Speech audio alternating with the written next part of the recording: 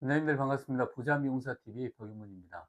오늘 샵 지키시느라 정말 고생 많으셨습니다. 오늘은 시작하기 전에 지난주 발표된 뉴스 하나를 꺼내 놓겠습니다. 통계청이 2026년 4월 소비자 물가 지수를 발표했습니다. 4월 소비자 물가는 전년 같은 달보다 2.6% 올랐습니다. 교통비는 9.7%, 오락가 문화비용은 3.4%, 음식과 숙박은 2.6% 상승했습니다. 세상 모든 것이 올랐습니다. 그런데 원장님, 저는 이 뉴스를 보면서 한 가지 질문이 머릿속에 떠나지 않았습니다. 세상 물가는 2.6% 올랐는데 원장님 가격표는 얼마나 올리셨습니까? 오늘 이 질문 하나를 끝까지 파고들겠습니다. 끝까지 들으시면 오늘 당장 원장님이 해야 할 것이 보입니다. 먼저 2.6%라는 숫자가 원장님한테 실제로 어떤 의미인지 구체적으로 풀어드리겠습니다. 2.6%.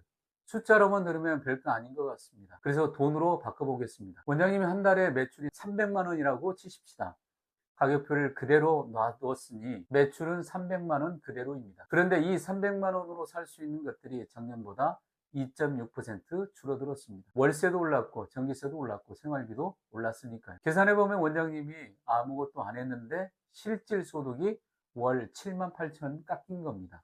1년이면 93만 6천 원입니다. 아무것도 안 했는데 가격표 하나 안 바꿨는데 거의 100만 원이 그냥 증발한 겁니다. 여기서 끝이 아닙니다. 지금 원장님이 하는 고정 비용들을 한번 보십시오. 건물주는 매년 임대료를 올립니다. 주택과 수도, 전기, 연료비용이 1.7% 올랐습니다. 원장님 샵 전기세, 수도세가 오른 겁니다. 직원을 쓰는 원장님은 최저임금이 또 올랐습니다. 네이버 플레이스 광고비는 오히려 올랐습니다. 교통비도 9.7% 올랐습니다.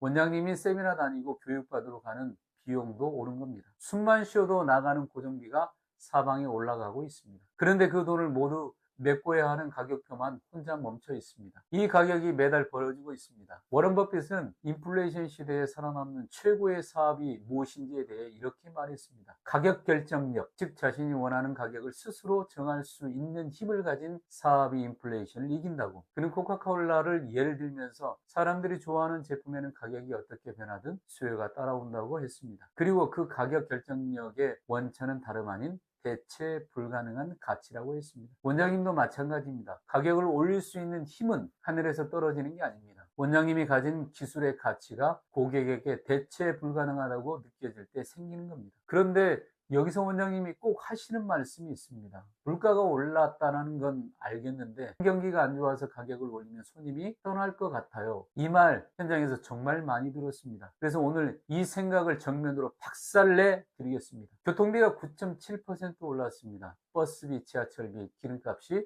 9.7% 올랐는데 손님이 버스를 안 탑니까? 탑니다. 오락과 문화 비용이 3.4% 올랐는데 영화를 안 봅니까? 봅니다. 음식점 가격이 2.6% 올랐는데 밥을 안 먹으러 갑니까? 갑니다. 세상 모든 것이 올라도 사람들은 씁니다. 그런데 왜 유독 미용실 가격만 올리면 손님이 떠날 것 같습니까? 그것은 현실이 아니라 원장님이 만들어낸 두려움 때문입니다. 제가 실제로 컨설팅한 원장님 사례를 말씀드리겠습니다. 경기도에서 10년 넘게 샵을 운영해온 원장님이었습니다. 파마값이 8만 원이었는데 제 권유로 11만 원으로 올렸습니다. 처음에는 손님 몇 분이 다른 샵으로 가셨습니다. 그런데 두 달이 지나고 보니 어떻게 됐는지 아십니까? 매출이 오히려 올랐습니다. 손님이 줄었는데 매출이 올랐습니다. 왜냐하면 남아있는 손님들이 시술을 더 자주 받고 고단가 시술로 업그레이드 했기 때문입니다. 그리고 떠난 손님들이 어떤 분들이었는지 아십니까? 쿠폰 있을 때만 오는 손님, 가격 깎아달라고 하던 손님, 시술 끝나고도 불평하던 손님들이었습니다. 오히려 잘 보내드린 겁니다. 손님 수가 줄어드는 것이 두려운 게 아닙니다. 잘못된 손님에게 집착하는 것이 진짜 문제입니다. 자, 그렇다면 가격을 올릴 때 어떻게 해야 손님이 납득하고 떠나지 않겠습니까?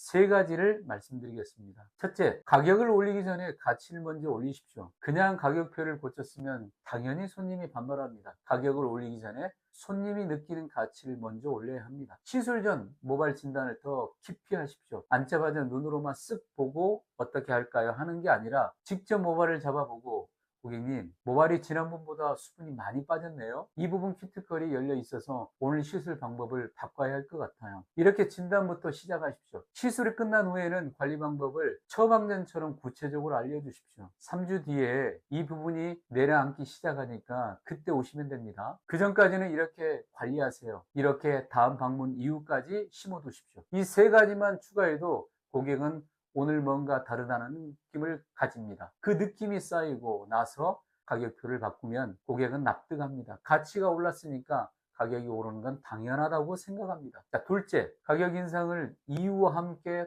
당당하게 고객에게 알리십시오. 원장님들이 가장 많이 하는 실수가 몰래 가격을 올리는 겁니다. 고객이 나중에 알아채면 배신당한 느낌을 받습니다. 오히려 이렇게 말씀하십시오. 고객님, 저도 최대한 오래 가격을 유지하려고 했는데요. 이번 달부터 전기세도 오르고 임대료도 올라서 조정을 하게 됐습니다. 대신 이번 기회에 시술 퀄리티를 더 높이려고 약재 구성도 바꿨으니까요. 고객님한테 확실히 차이가 나게 해드릴 자신이 있습니다. 이 말 한마디가 불만을 이해로 바꿉니다. 고객은 원장님이 자신을 속이지 않는다는 신뢰를 갖게 됩니다. 솔직하게 말하는 원장님을 고객은 더 믿습니다. 셋째, 가격을 올릴 때 반드시 고단가 시술과 회원제를 동시에 설계하십시오. 단순히 커트 8,000원 오르고 파마 1만 원을 올리는 것은 가격 인상이 아닙니다. 그냥 같은 것을 비싸게 파는 겁니다. 그것은 저항을 만듭니다. 가격 인상과 동시에 새로운 가치를 만들어야 합니다. 구체적인 예를 드리겠습니다. 파마 10만 원을 올리는 게 아니라